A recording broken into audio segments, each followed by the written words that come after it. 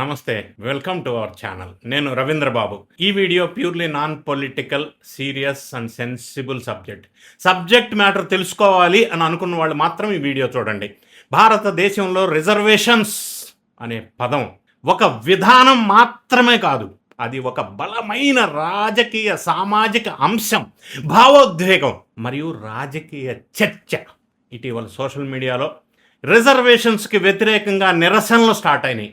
Trends లక్షలాది మందిని దృష్టిని ఆకర్షించే విధంగా యువత రిజర్వేషన్ వ్యతిరేక ఉద్యమం వైపు నడుస్తూ ఉంది. ఒకవైపు 90% మార్కులు వచ్చినా సీటు లేదా ఉద్యోగం రాలేదని కొందరు ఆవేదన, మరొక వైపు తరతరాలుగా నలిగిపోతున్న సామాజిక వర్గాలకు ఇది రాజ్యాంగం ఇచ్చిన రక్షణ కవచం అనే ఒక భావం. ఈ రెండు ఉన్నాయి. అసలు మన దేశంలో ఈ రిజర్వేషన్స్ వ్యవస్థ ఎలా పనిచేస్తుంది? రాజ్యాంగం అసలు ఈ రిజర్వేషన్స్ గురించి ఏం చెప్తుంది? సుప్రీంకోర్టు పరిమితులేంటి రిజర్వేషన్స్ మీద? మరి ఈడబ్ల్యూఎస్ క్రీమీ లేయర్ నిబంధనలు వెనక ఉన్నటువంటి న్యాయపరమైన అంశాలేంటి? దీనివల్ల సాధించినటువంటి ప్రయోజనాలు మరియు ఉన్న లోపాలు ఏంటి? దాన్ని ఎలా సరిచేయాలి అనే అంశాలను ఈరోజు ఈ వీడియోలో ఏ ఒక్క వర్గాన్ని బ్లైండ్గా సపోర్ట్ చేయకుండా, అలాగని బ్లైండ్గా ద్వేషించకుండా, పూర్తిగా ప్రొఫెషనల్గా, లీగల్గా, లాజికల్గా, టెక్నికల్గా సోషల్ అనాలసిస్ చేసే ప్రయత్నం చేద్దాం. ఫస్ట్ పాయింట్ ఏంటంటే, ముందుగా మన దేశంలో రిజర్వేషన్లు టెక్నికల్ అండ్ లీగల్ స్ట్రక్చర్ అర్థం చేసుకునే ప్రయత్నం చేద్దాం. కేంద్ర ప్రభుత్వ ఉద్యోగాలు లేదా విద్యా సంస్థల్లో ఎస్సీలకు 15%, ఎస్టీ 7.5%, ఓబీసీ 27%. ఈ 27% ఏంటంటే 1979 మండల్ కమిషన్ సిఫార్సులతో 1990లో అమల్లోకి వచ్చినటువంటి ఇది. అయితే ఈ మూడు కలిపి 49.5%గా ఉన్నాయి. అయితే చారిత్రాత్మక తీర్పు 50% సీలింగ్ లిమిట్ ఒకటి ఉంది. 1992లో జరిగినటువంటి Indira Sawhney versus union of India కేసులో సుప్రీంకోర్టు దేశంలో రిజర్వేషన్స్ లిమిట్స్ 50% మించకూడదు అని ఒక లీగల్ కండిషన్ విధించింది. ఇక ఇంకొక పాయింట్ ఏంటంటే ఈడబ్ల్యూఎస్ సవరణ మళ్ళీ 2022లో ఒక తీర్పు ఉంది. 2019లో 103వ రాజ్యాంగ సవరణ ద్వారా ఆర్థికంగా వెనుకబడిన అగ్రవర్ణాల వారు, అంటే ఈడబ్ల్యూఎస్ అంటారు, ఎకనామికల్లీ వీకర్ సెక్షన్స్, వాళ్ళకి 10% రిజర్వేషన్స్ తీసుకొచ్చారు. దీన్ని సవాల్ చేస్తూ దాఖలైనటువంటి Janhit Abhiyan versus union of India, ఇది కేసు 2022లో. ఈ కేసులో సుప్రీంకోర్టు ఈడబ్ల్యూఎస్ రిజర్వేషన్స్ని సమర్థించింది.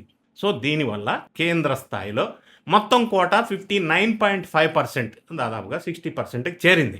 ఇక స్టేట్స్ విషయాలని మనం ఒక్కసారి పరిశీలించినట్టయితే జనాభా ప్రాతిపదికన ఇది కొన్ని డిఫరెంట్ స్టేట్స్ డిఫరెంట్ పర్సంటేజ్ ఉంది. తమిళనాడు 69%, తెలంగాణ 64%, ఆంధ్రప్రదేశ్ 60%. ఇలా వేరు పరిమితులు అమల్లో ఉన్నాయి ప్రజెంట్. ఈ విషయంలో అంటే సోషల్ అండ్ లాజికల్ ఆస్పెక్ట్ ఒక్కసారి మనం ఆలోచించినట్టయితే రాజ్యాంగం అందరికీ సమానం అని చెప్తూ రిజర్వేషన్స్ని ఎలా అనుమతిస్తుంది? రాజ్యాంగం ప్రకారం అందరికీ సమానమే కదా. మరి ఇదొక క్వశ్చన్ వస్తుంది. రాజ్యాంగంలోని ఆర్టికల్ 15 and 16 ఏం చెప్తుందంటే పౌరులందరికీ సమాన అవకాశాలు ఇవ్వాలి అంటుంది.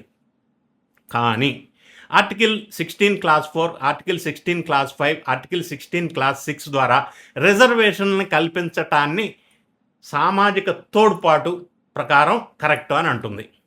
అంటే ఈక్వల్ లెవెల్ ప్లేయింగ్ ఫీల్డ్ అంటారు దీన్ని. ఒక ఉదాహరణతో మనం చూద్దాం. అన్ని వసతులు, కోచింగ్ ఉన్నటువంటి అభ్యర్థికి, ఎలాంటి కనీస వసతులు లేని అభ్యర్థికి ఒకే రకమైన టార్గెట్ ఇస్తే అది నిజమైన సమానత్వం అనిపించుకుంటుందా? శతాబ్దాలుగా సామాజిక అణిచివేతకు మరియు చారిత్రక పరిణామాల మధ్య వెనుకబడిన వర్గాలను మిగతా వారితో సమానమైనటువంటి స్థాయికి తీసుకురావటానికే ఈ వెసులుబాటు కల్పించబడింది. ఇక గ్రౌండ్ రియాలిటీ, ఆ పాలసీ ఫ్లాస్ ఒకసారి మనం ఆలోచించినట్టయితే ఈ రిజర్వేషన్స్ వ్యవస్థ వల్ల మార్పు వచ్చిందా అని అంటే ఏఐఎస్హెచ్ఈ 2024 సర్వే, అంటే all India survey on higher education 2024 survey, ఈ సర్వే ప్రకారం ఉన్నత విద్యలో 62% పైగా సీట్లు ఎస్సీ, ఎస్టీ, ఓబీసీ విద్యార్థులకు లభించటం సామాజిక మార్పుకు నిదర్శనం. అయితే ఈ వ్యవస్థలో ఉన్నటువంటి లోపాలు మరియు అది అవుతున్న దుర్వినియోగం ఏంటి అనేది ఒక ప్రొఫెషనల్గా నేను విశ్లేషణ చేసే ప్రయత్నం చేస్తా. ఇందులో క్రీమీ లేయర్ లొసుగులు కొన్ని ఉన్నాయి. ఓబీసీల్లో ఉన్నట్టుగా ఎస్సీ ఎస్టీల్లో క్రీమీ లేయర్ విధానం లేకపోవటం వల్ల లబ్ధి పొందిన కుటుంబాలే మళ్ళీ మళ్ళీ మళ్ళీ లబ్ధి పొందుతూ ప్రయోజనం పొందుతున్నారు అనే ఎగ్జాంపుల్స్ ఉన్నాయి. ఆ విమర్శ ఉంది. నకిలీ ధృవీకరణ పత్రాలు, ఫేక్ సర్టిఫికెట్స్, ఇదొక ఇష్యూ ఉంది, ఇదొక రియాలిటీ ఉంది. ఇటీవల పూజ అని ఒక ట్రైనీ ఐఏఎస్ కేసు వ్యవస్థలోని అవకతవకలను, ఈ ఫేక్ సర్టిఫికెట్ల ముప్పును దీనివల్ల బయటకు వచ్చింది. ఇంకొక పాయింట్ మనం చూస్తే ఓటు బ్యాంక్ రాజకీయం ఎప్పుడూ ఉండేదే. 1950లో రాజ్యాంగం తెచ్చినటువంటి రాజకీయ రిజర్వేషన్స్, పొలిటికల్ రిజర్వేషన్స్ కేవలం 10 సంవత్సరాలకే అని ఉద్దేశించినప్పటికీ ఓటు బ్యాంకు రాజకీయం కోసం ఈ రాజకీయ పార్టీలు వాటిని పొడిగిస్తూనే ఉన్నాయి కంటిన్యూస్గా. సో ఈ పరిస్థితుల్లో నేను ఒక ప్రొఫెషనల్గా ప్రపోజ్డ్ సొల్యూషన్స్ ఏమి అని అంటే, నా ఆలోచన ప్రకారం అసలు ప్రశ్నకు వస్తే దేశంలో రిజర్వేషన్లను పూర్తిగా ఎత్తివేయడం సాధ్యమా? అసలు ఫస్ట్ క్వశ్చన్, ఎత్తివేయవచ్చునా? కొంతమంది ఆర్గ్యుమెంట్ ప్రకారంగా సమాజంలో ఇంకా కుల వ్యవస్థ, విద్య, ఆర్థిక రంగాల్లో అంతరాలు, గ్రామీణ పట్టణ వ్యత్యాసాలు ఉన్నంతకాలం రిజర్వేషన్లను పూర్తిగా తొలగించటం సాధ్యమా? ఒకవేళ సాధ్యమైనా ఇది పరిష్కారమా? పరిష్కారం కాకపోవచ్చు. మరి పరిష్కారం ఏంటంటే రివ్యూ అండ్ రిఫార్మ్, సమీక్ష, సంస్కరణలు. ఎలా అంటే కేవలం కులాన్ని మాత్రమే కాకుండా అభ్యర్థి కుటుంబ ఆదాయం, తల్లిదండ్రుల వృత్తి, చదివిన పాఠశాల గవర్నమెంటా ప్రైవేటా, దీని ఆధారంగా మైక్రో లెవెల్ మూల్యాంకనం, ఎవాల్యుయేషన్ జరగాలి అనేది నా అభిప్రాయం. రెండోది, ప్రభుత్వ పాఠశాలలో మౌలికమైనటువంటి ఇన్ఫ్రాస్ట్రక్చర్ వసతులు పెంచి నాణ్యమైనటువంటి విద్యని అందరికీ అందిస్తే అందరికీ సమానమైన పోటీ లభించే అవకాశం ఉంది. దాని మీద ధ్యాస పెట్టాలి ప్రభుత్వాలు. నా మూడో సూచన, విద్య మరియు ఉద్యోగ అవకాశాలను గణనీయంగా పెంచటం ద్వారా అభ్యర్థుల మధ్య అసహనాన్ని తగ్గించవచ్చు. వాటిని పెంచాలా, నిరుద్యోగ సంఖ్య తగ్గించాలా. నా నెక్స్ట్ పాయింట్, రిజర్వేషన్స్ రద్దు చేయటమా లేదా ఉన్నట్టుగా ఉంచటమా అనేది కాదు, సరైన రిఫార్మ్స్ తీసుకురావటమే ఒక సొల్యూషన్ అని నాకు అనిపిస్తూ ఉంది. మరి ఈ విషయంలో ఇది అంత సెన్సిటివ్, సీరియస్ సబ్జెక్ట్ కన్సర్న్. దేశంలో జరుగుతున్నటువంటి రిజర్వేషన్స్ వ్యతిరేక ఉద్యమం నేపథ్యంలో నాకున్నటువంటి నాలెడ్జ్ ద్వారా నేను కొంత మీకు షేర్ చేసే ప్రయత్నం చేశాను. ఈ ప్రయత్నం మీకు బాగుంది అని అనిపిస్తే మీ ఫ్రెండ్స్కు షేర్ చేయండి. నేను విశ్లేషించినటువంటి అంశాల మీద మీ కామెంట్ రూపంలో తెలియజేయండి.